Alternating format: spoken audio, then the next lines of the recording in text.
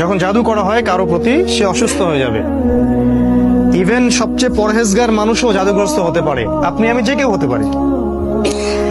যারা ইসলামী বিধান পালন করেন না, কোরআনের সাথে সম্পর্ক কম বা নাই, হারাম রিজিকের সাথে সম্পর্ক আছে, যারা সুদ খাচ্ছেন, গান বাজনা করতেছেন, যারা বাদ্যযন্ত্রের সাথে সম্পর্কিত, যারা অশ্লীল টিভি মুভি এগুলা দেখছেন, এদের জাদুগ্রস্ত হওয়ার সম্ভাবনা 95%। একবার জাদুগ্রস্ত হয়ে গেলে তাকে রিকভার করা খুবই ডিফিকাল্ট। এই জন্য ইসলাম এই প্রোটেকশন গুলো দিয়েছে। কারণ একবার জাদুগ্রস্ত হয়ে গেলে এটাকে সলভ করা খুবই ডিফিকাল্ট। কারণ জাদু জিনের সহযোগিতা ছাড়া হয় না। যারা জাদু করে তারা জিনকে তাবে করে। আপনারা কিন্তু কোরআন পড়লে দেখবেন আল্লাহ পাক বলেছেন জাহান্নামের ইন্ধন হবে মানুষ আর জিন, যারা একে অপরকে সহযোগিতা করত। আজ পর্যন্ত কিছু মানুষ আছে এই পৃথিবীতে, আপনার আশপাশেও, যারা জিনের সহযোগিতা নিয়ে বিভিন্ন কুফরি কালাম তন্ত্র মন্ত্র করে। এবং গ্রামাঞ্চলে এটার প্রচলন অনেক বেশি, ঠিক আছে? ইভেন এখন শহরেও এগুলো ঢুকে পড়ছে।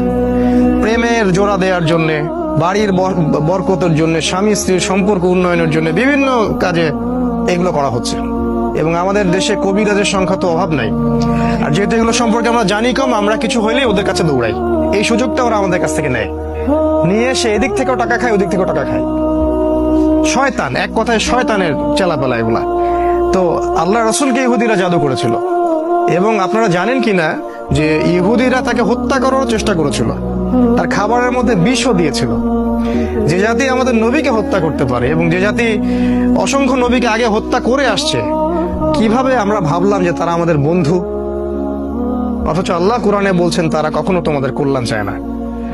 তারা ভিতরে যেটা গোপন করে সেটা আরো বেশি ভয়ঙ্কর, ঠিক আছে?